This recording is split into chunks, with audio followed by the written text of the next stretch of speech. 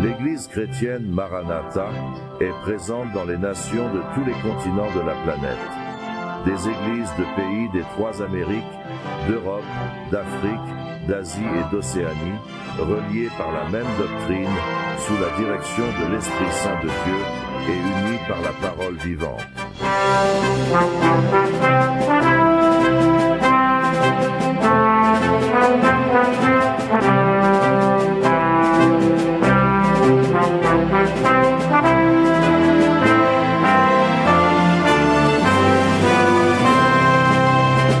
Des frères du monde entier participent au même culte, ensemble, dans un même corps et un même esprit.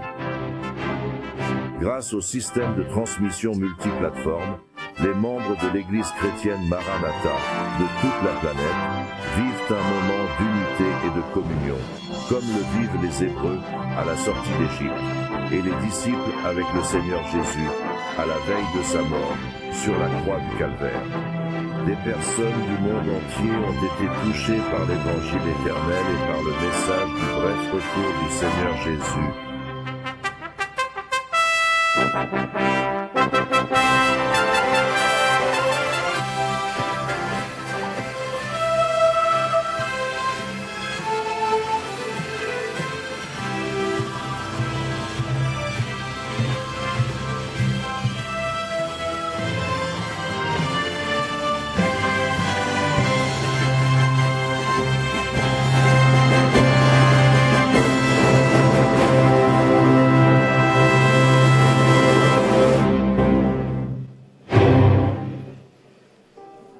Nous saluons tous les participants à cet événement de Betas et Festas, 3e édition, avec la paix du Seigneur Jésus. Nous diffusons, mes frères et amis, dans le monde entier, directement depuis Manaïm, depuis l'état de l'Esprit Saint, avec une traduction en plus de 60 langues. Et j'invite ceux qui sont présents ici à Manaïm, dans nos églises, à se lever. Nous allons prier pour faire retentir la puissance du sang de Jésus à l'origine de cet événement glorieux.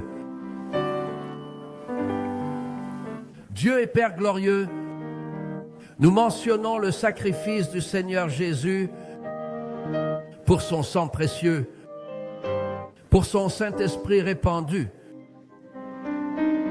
afin que cet événement soit une bénédiction pour chacun de ceux qui sont ici avec nous et qui ont été invités dans le monde entier. Notre but en ce jour, Seigneur, est que ton esprit atteigne chaque cœur, apportant la paix, le réconfort, la sécurité, l'espoir et par-dessus tout, la bénédiction de la transformation des vies par la puissance de ton évangile éternel. Tout ce qui est fait ici, Seigneur, a un but, celui de glorifier le nom de Jésus, qui est notre Sauveur et Seigneur. Nous prions en son nom, au nom de Jésus. Nous prions en son nom, au nom de Jésus. Amen. Vous pouvez vous asseoir. Du Seigneur Jésus, notre Rédempteur, notre Sauveur, mes frères, ce sera un mot d'introduction.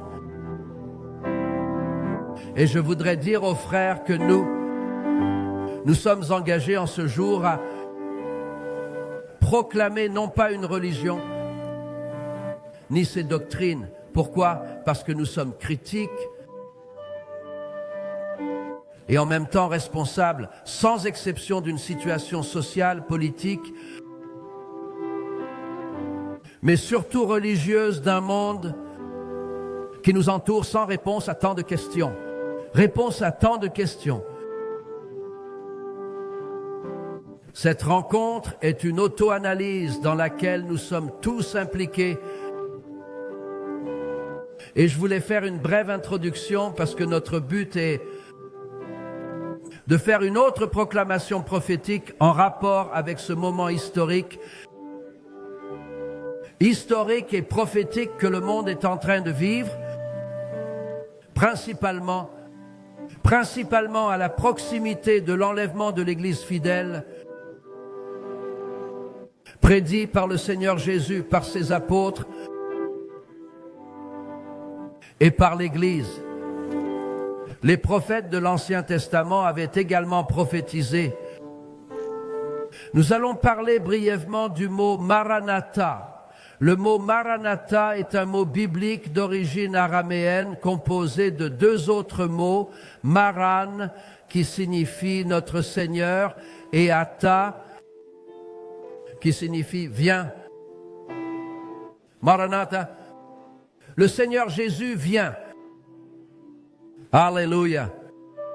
Nous aimerions souligner brièvement quelques marqueurs prophétiques qui sont des avertissements et des signes qui indiquent ce moment d'attente que nous vivons. De nombreux défis. Nous sommes confrontés à ces défis sans solution. Et cela apporte de l'incertitude, de l'angoisse, surtout dans nos cœurs. Mais nous ne sommes pas abandonnés car nous avons été avertis de ces événements prophétiques et il est nécessaire de chercher des réponses à tant de défis. En l'an de grâce 2019, exactement le 24 novembre, il y eut le premier événement, trompette en partie, et c'était à l'approche du temps prophétique appelé Brif.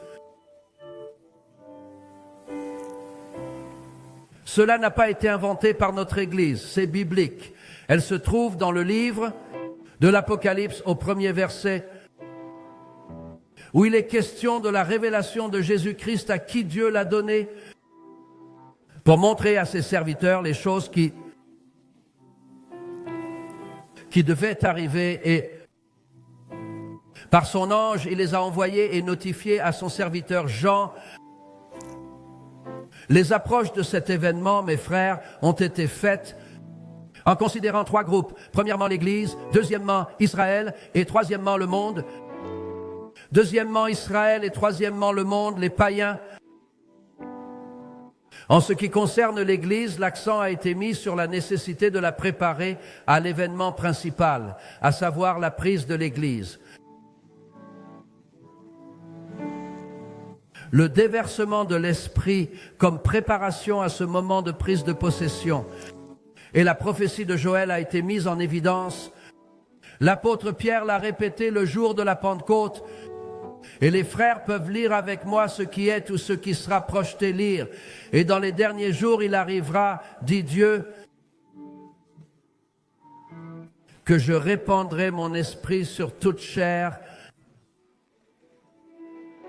Vos enfants et vos filles prophétiseront, vos jeunes gens auront des visions et vos vieillards auront des songes. C'était la première partie, alléluia, et la deuxième partie concernait Israël, l'importance prophétique d'Israël. Et un fait historique a été mentionné qui s'est produit au milieu du siècle dernier, à savoir l'organisation d'Israël en tant que nation en 1948. Il s'agit d'un signe prophétique que le Seigneur Jésus lui-même a répondu à ses disciples dans Matthieu 24, 32 et 33. Il a dit, j'ai appris la parabole du figuier. Le figuier est un symbole d'Israël dans l'Ancien Testament, ainsi que l'Église est symbolisé par la vigne dans le Nouveau Testament. Jésus a dit, j'ai appris cette parabole du figuier. C'est quand ces branches deviennent des terriers. Les feuilles poussent. Tu sais que le figuier n'est pas un arbre, mais un arbre. Les feuilles poussent. Tu sais que l'été arrive. Regarde le complément du verset également quand tu viens de toutes ces choses. Je sais que Jésus est proche des portes. les portes un signe en Israël, et enfin les païens quant aux autres personnes désignées. C'est vrai que nous sommes les autres personnes, de nombreux signes prophétiques ont été mis en évidence compte tenu du comportement humain, mais aussi l'évidence des signes géophysiques décrits dans la prophétie du chapitre 8 de l'Apocalypse, qui sont les touches des trompettes, qui sont des avertissements et des signes. Nous allons observer des faits très intéressants à partir des 3 premières trompettes. Vous pouvez mettre sur l'écran l'Apocalypse 8, 1 et 6. Nous abrégeons cela, se dit ainsi. Ce silence dans le ciel pendant presque une demi-heure. Voyez, mes bien-aimés, quelle solennité dans le ciel au temps de ce Dieu.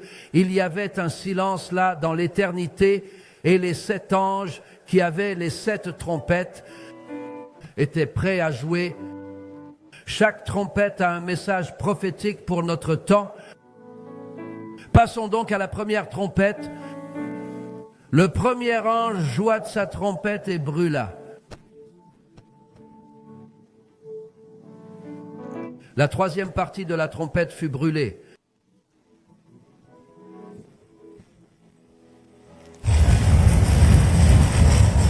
Observez mes frères, l'Australie, Hawaï, la Chine, l'Indonésie, les États-Unis, le Portugal, la Grèce, la Russie, le Chili et enfin le Canada. Les incendies les plus intenses de l'histoire secouent l'économie du Canada et de l'Espagne.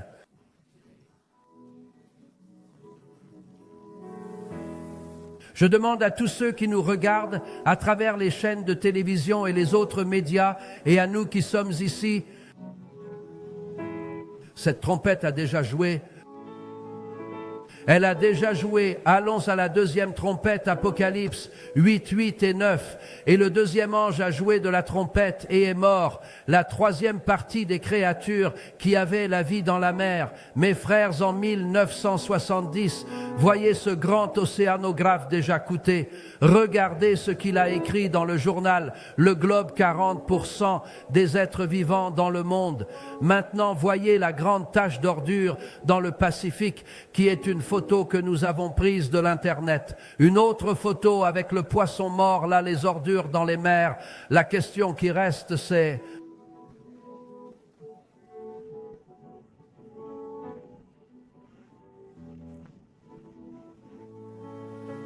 cette trompette a déjà joué. Oui, elle a déjà joué. Passons à la troisième trompette rapidement. La troisième trompette dit: et une grande étoile tomba sur le tiers des fleuves, sur les sources des eaux. Et le nom de l'étoile est absent ou absent, mes frères.